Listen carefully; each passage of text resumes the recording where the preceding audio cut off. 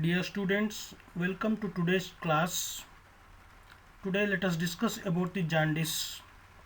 It is also called as a icterus. So, jaundice or icterus refers to yellow pigmentation of skin or sclera by bilirubin.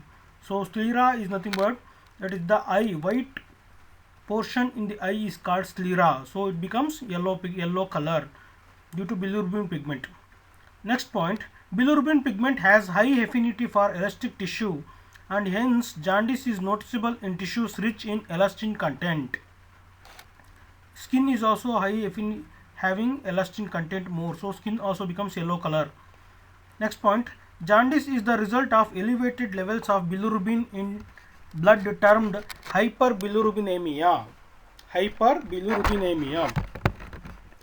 Normal serum bilirubin 0.3 to 1.3 milligram per dl deciliter. In bracket you can see 80% unconjugated bilirubin will be there in blood. Jaundice more than 2 mg per dl condition is called as a jaundice. So in blood 2 mg per dl is there bilirubin means it is a jaundice, active jaundice. Then latent jaundice, a rise of serum bilirubin between the normal and 2 mg per dl not accompanied by visible jaundice. So no visible symptoms are observed but bilirubin content is slowly increasing. That condition is called as a latent jaundice, that is hidden jaundice. Next, jaundice, if you see normal bilirubin metabolism, 4 phases. First phase, source of bilirubin, transport of bilirubin, second point. Third phase is hepatic phase, fourth phase is intestinal phase. So let us discuss all phases one by one. First one, source of bilirubin. About 80 to 85% of bilirubin is derived from the catabolism of hemoglobin present in senescent red blood cells.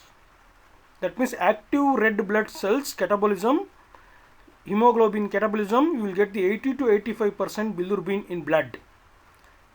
Next point, this destruction of erythrocyte at the end of their normal lifespan 120 days takes place in reticuloendothelial system in the bone marrow, spleen, liver. 15 to 20% bilirubin from heme containing pigments such as myoglobin, catalase and cytochromes. So these are containing heme. From that bilirubin will be derived 15 to 20%. Heme moiety converted into biliverdin by microsomal heme oxygenase, for which oxygen and NADPH essential. So heme moiety get converted into biliverdin by the action of microsomal heme oxygenase. Bilirubin is formed from biliverdin by biliverdin reductase. So bilirubin is formed from the biliverdin by the action of biliverdin reductase. So heme moiety converted into biliverdin, biliverdin get converted into bilirubin. So bilirubin get accumulated in the skin and sclera in the eye. Next, transport of bilirubin. So first we seen formation of bilirubin. Now second stage is transport of bilirubin. Bilirubin circulates as unconjugated bilirubin in plasma tightly bound to albumin. Next point, certain drugs such as sulfonamides and salicylates compete with bilirubin for albumin binding to enter into the brain in neonates and increase the risk of kernicterus. So that means in the children, sulfonamides and salicylate competing with the bilirubin. So unconjugated bilirubin entering into the eye of the children, neonates, and causes the kernicterus. That means it is a neonatal jaundice. Next point, bilirubin and albumin found in body fluids such as cerebrospinal fluid, joint effusions, cysts, etc. So bilirubin and albumin found in the body fluid, cerebrospinal fluid, joint effusions and cyst. And you can see the here diagram, jaundice symptoms: itchiness, abdominal pain, weight loss, vomiting, paler than usual stool, fatigue, dark urine. Next you can see in the bracket, yellowing is from accumulated bilirubin. So in the skin often caused by liver and gallbladder disorders. Next, causes for jaundice you can see acute inflammation of liver, inflammation of the bile duct, obstruction of the bile duct, hemolytic anemia, Gilbert's syndrome. Next phase is hepatic phase. So unconjugated bilirubin will be there in the blood, which enters into the liver and undergoes conjugation. So hepatic phase means bilirubin role in the liver. Hepatic phase is divided into three stages: hepatic uptake, conjugation, secretion in bile. So first, hepatic uptake. Albumin bound unconjugated bilirubin upon entry into the hepatocytes is dissociated into bilirubin and albumin. So bilirubin albumin bonding, they will enter into the hepatocytes and they will again get separated, dissociated bilirubin and albumin. Then bilirubin gets bound to cytoplasmic protein, glutathione S transferase GST. So glutathione S transferase protein, it is going to bind. Bilirubin will bind with the glutathione S transferase GST. Next, second stage is conjugation. Unconjugated bilirubin, water insoluble but alcohol soluble. Conjugated bilirubin, water soluble. Action of microsomal enzymes, bilirubin UDP glucuronide transferase. So this conjugated bilirubin will be there in the liver, which is water soluble, and action of microsomal enzyme bilirubin UDP glucuronide transferase is taking place. Next point, the process of conjugation can be induced by drugs like phenobarbital. So phenobarbital will increase the conjugation process. Conjugated bilirubin is bound to albumin in two forms: reversible form and irreversible form. So reversible conjugated bilirubin excreted by kidney, and irreversible conjugated bilirubin not excreted by kidney. So conjugated bilirubin again reversible and irreversible. Reversible is excreted by kidney. Next, third stage, secretion in bile. Conjugated water soluble bilirubin is rapidly transported directly into bile canaliculi by energy dependent process and then excreted into the bile. Next phase is fourth, intestinal phase. So this bilirubin role in the intestine. Conjugated bilirubin excretion in stool as stercobilinogen imparts normal yellow color to stool. So stool is yellow color. Why? Means it is having stercobilinogen.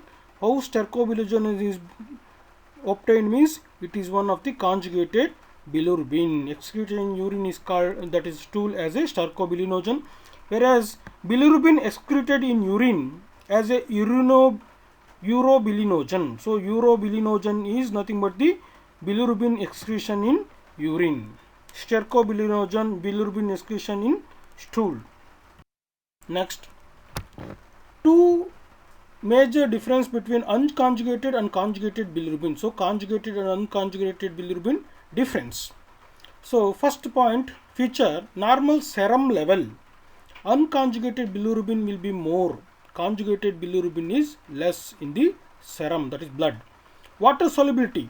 Unconjugated bilirubin is absent, water solubility, whereas conjugated bilirubin present. Affinity to lipids.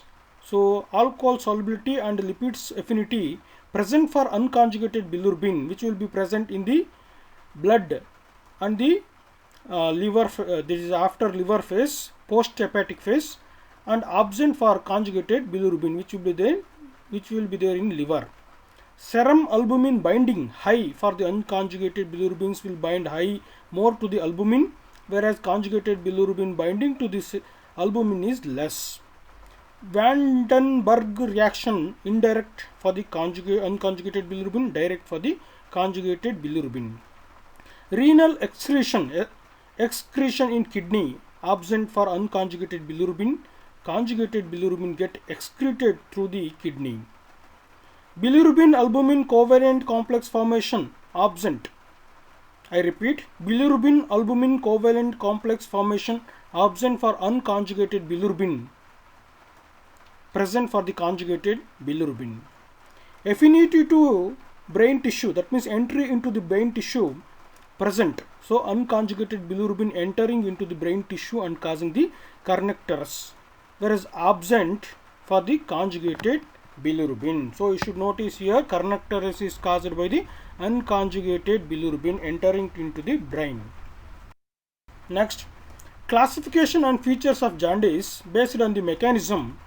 First one, increased bilirubin production will cause the unconjugated hyperbilirubinemia. Decreased hepatic uptake, unconjugated hyperbilirubinemia. Third is decreased hepatic conjugation, unconjugated hyperbilirubinemia. Fourth, decreased excretion of bilirubin into the bile, conjugated hyperbilirubinemia. So here you should notice fourth one is excretion of bilirubin into the bile from the liver is not taking place properly. So conjugated hyperbilirubinemia occurs. Then old classification of this jaundice based on the phase. First one, prehepatic phase is also called as a hemolytic phase.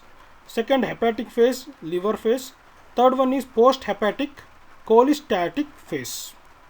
Here you can see the diagram, jaundice classification. Prehepatic, overproduction, impaired uptake by the liver. So overproduction of bilirubin, impaired uptake by liver. Then you can see hepatic phase, decreased conjugation happens. Post-hepatic phase, decreased excretion, intra or extra hepatic obstruction. So outside the liver or inside the liver obstruction is happening, that is post-hepatic phase. Next, pathophysiologic classification of hyperbilirubinemia. So pathophysiologic classification of hyperbilirubinemia. First one, it is two classification, predominantly unconjugated hyperbilirubinemia. So predominantly unconjugated hyperbilirubinemia, which happens in the three cases. First one, increased bilirubin production, hemolytic, alcoholic or prehepatic jaundice. It is a prehepatic jaundice, happens in intra and extravascular hemolysis, ineffective erythropoiesis. So these are the causes. Then decreased hepatic uptake causes in drugs, prolonged starvation, sepsis. So due to drugs, prolonged starvation and sepsis, bilirubin will not taken up by the liver. Third phase, decreased bilirubin conjugation. So decreased bilirubin conjugation in the liver. So hereditary disorders, example Gilbert's syndrome, Crigler-Najjar syndrome. Acquired defects, drugs, hepatitis, cirrhosis, neonatal jaundice in children or infants. So this is where cases predominantly unconjugated hyperbilirubinemia happens. Predominantly conjugated hyperbilirubinemia, which is also called as a cholestasis. Cholestasis, stasis means stagnant. Choli means in the liver juice. So cholestasis means in the conjugated hyperbilirubinemia, bilirubin get accumulated in the liver. That it is a predominant.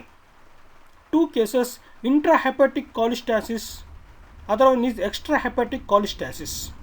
So you can see intrahepatic cholestasis in bracket impaired hepatic excretion happens in 2A and B. Hereditary disorders are pure cholestasis. Acquired disorders are hepatocellular cholestasis. So first one, hereditary disorders are pure cholestasis. Dubin-Johnson syndrome, Rotor syndrome, fibrocystic disease of pancreas, benign familial recurrent cholestasis, intrahepatic atresia. Atresia means contraction. Intrahepatic atresia, cholestatic jaundice of pregnancy. Next, acquired disorders are hepatocellular cholestasis, viral hepatitis, drugs, alcohol-induced injury, sepsis, cirrhosis. Next, you can see extrahepatic cholestasis in bracket extrahepatic biliary obstruction in the bile. So bile juice obstruction. extrahepatic biliary obstruction. In cases causes mechanical trauma, example gallstones, inflammatory strictures, carcinoma head of pancreas, that means pancreas carcinoma, tumors of the bile ducts, sclerosing cholangitis, congenital atresia of extrahepatic ducts. Next, we are moving to general jaundice over. So neonatal jaundice. Jaundice appears in neonates when the serum bilirubin is more than 3 mg per deciliter. In case of neonatal jaundice, unconjugated hyperbilirubinemia is common. Unconjugated hyperbilirubinemia common. Causes of neonatal jaundice. Again, causes of neonatal jaundice, again unconjugated hyperbilirubinemia and conjugated hyperbilirubinemia. First one, unconjugated hyperbilirubinemia.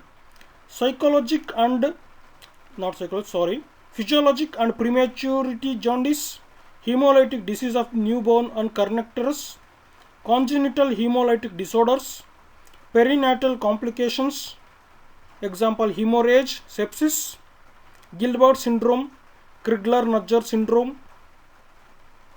These are the different causes for the unconjugated hyperbilirubinemia in the neonates, in baby. Conjugated hyperbilirubinemia causes, hereditary cause is Dubin-Johnson syndrome and Rotor syndrome. Infections, hepatitis B, hepatitis C, non-A, non-B hepatitis, rubella, cytomegalovirus, echovirus, herpes simplex virus, syphilis, toxoplasma, gram-negative sepsis. So these are all the different infections in which unconjugated hyperbilirubinemia is observed in infants.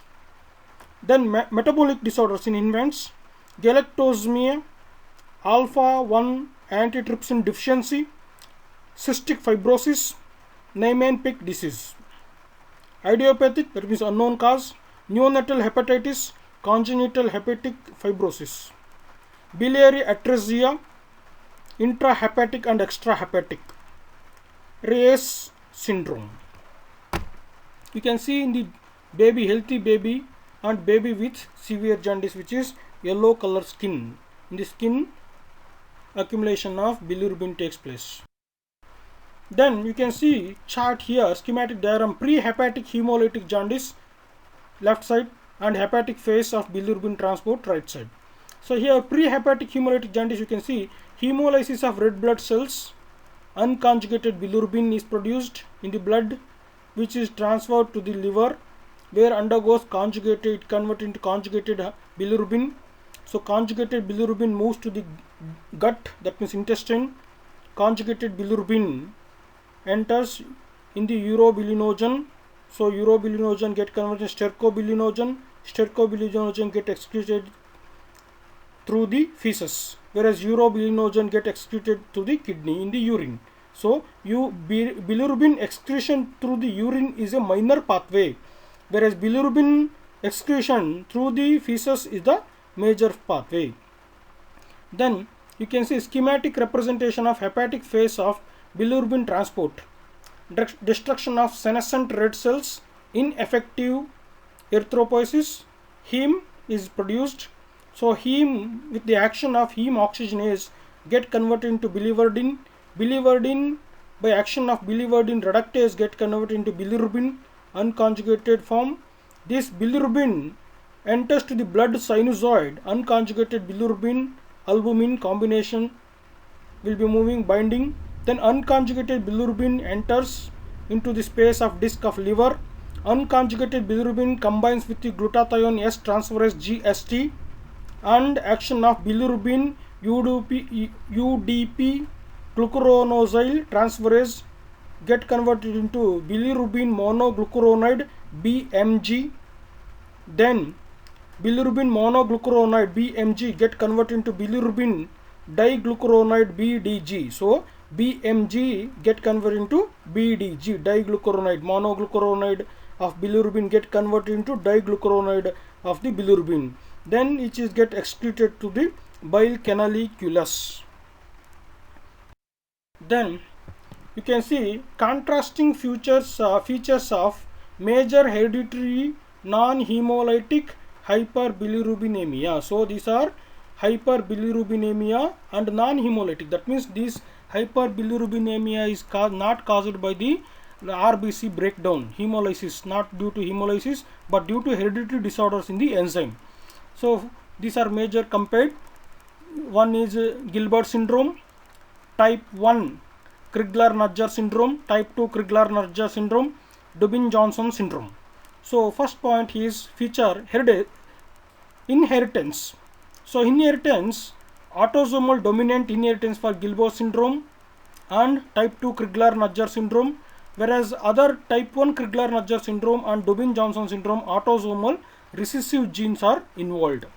Then predominant hyperbilirubinemia, unconjugated in case of this Gilbert syndrome and other two Crigler-Najjar syndromes type 1 and type 2, whereas conjugated hyperbilirubinemia is observed in the Dubin-Johnson syndrome. That means conjugated means this is happening in the liver. Dubin-Johnson syndrome happening in the liver where the bilirubin get accumulated. Then intensity of jaundice mild in case of Gilbert syndrome, 5 mg per dl, less than 5 mg per dl, that is not serious Gilbert syndrome. Then more than 20 mg per dl marked for the type 1 Crigler-Najjar syndrome, type 2 Crigler-Najjar syndrome, mild to moderate less than 20 mg per dl, Dubin-Johnson syndrome mild less than 5 mg per dl. So here intensity of jaundice, if you see in these 4, marked is there type 1 Crigler-Najjar syndrome, it is more than 20 mg per dl. So this is more serious than the other 3 diseases. Then basic defect, what happens in the enzyme? Decreased UDP glucuronosyl transferase activity in case of Gilbert syndrome, decreased UDP glucuronosyl transferase activity. Type 1 Crigler-Najjar syndrome, absence of UDP glucuronosyl transferase. So here completely absence UDP glucuronosyl transferase. Whereas type 2 Crigler-Najjar syndrome, again decreased UDP glucuronosyl transferase. So here all place UDP glucuronosyl transferase enzyme is involved.